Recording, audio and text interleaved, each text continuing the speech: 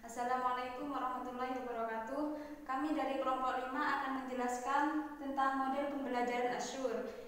Heinrich, Monilda, dan J.D. Renser mencetuskan sebuah model atau sistem desain instruksional dalam pembelajaran yang dapat digunakan secara efektif yang dikenal dengan model pembelajaran Azure.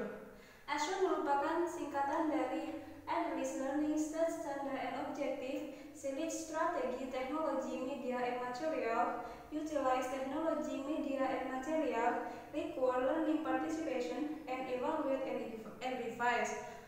Model Azure ini menganjurkan 6 tahapan utama dalam merencanakan, melaksanakan, serta apa yang harus dilakukan setelah melakukan pembelajaran. Tahapan-tahapan itu yang pertama yaitu English Learning, analisa peserta didik.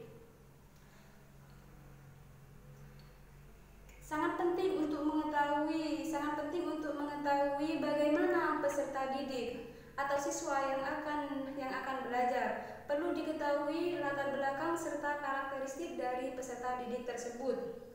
Ada banyak hal yang perlu kita ketahui tentang peserta didik, misalnya seperti asal daerah, budaya, status ekonomi, serta karakteristik lainnya.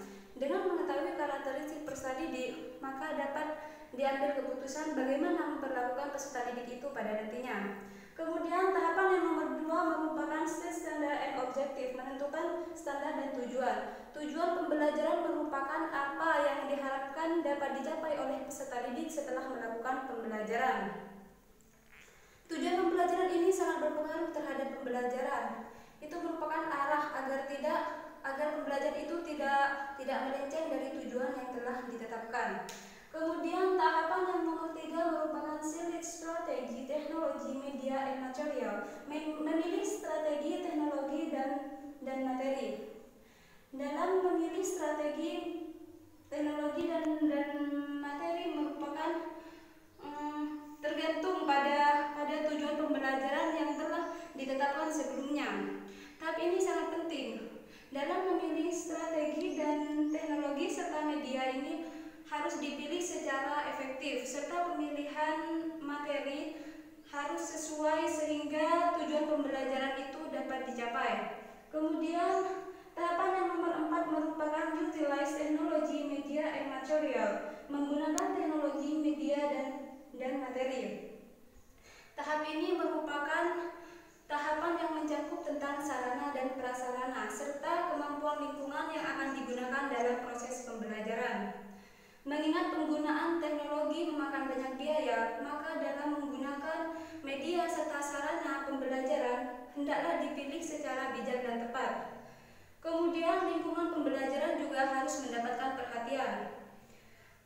Seperti lingkungan serta suasana kelas yang nyaman itu akan membuat siswa lebih memahami terhadap materi yang akan disampaikan.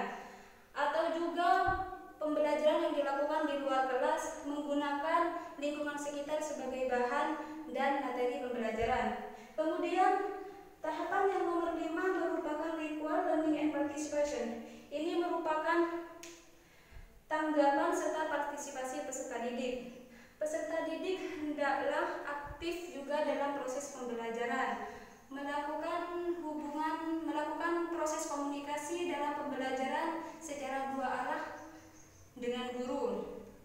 Ini berkaitan dengan apa yang dirasakan peserta didik selama mengikuti proses pembelajaran. Kemudian tahapan yang terakhir merupakan evaluate and revise, evaluasi atau penilaian dan revisi atau perbaikan. Setelah melakukan pembelajaran, maka harus dilakukan evaluasi. Penilaian hasil belajar itu dilakukan untuk mengukur sejauh mana pembelajaran berhasil dilaksanakan. Apakah tujuan pembelajaran itu dapat dicapai atau tidak? Tidak hanya penilaian hasil belajar, media pembelajaran juga harus dievaluasi. Apakah efektif penggunaan media dan sarana pembelajaran lainnya? Kemudian itulah tadi 6 tahapan yang dianjurkan dalam model pembelajaran Azure. Jadi kesimpulannya, model Azure itu merupakan suatu model yang merupakan sebuah formulasi untuk kegiatan belajar mengajar atau KBM. Model Azure ini merupakan petunjuk yang dapat digunakan dalam merencanakan, mengidentifikasi, menentukan tujuan serta memilih media atau bahan dan evaluasi.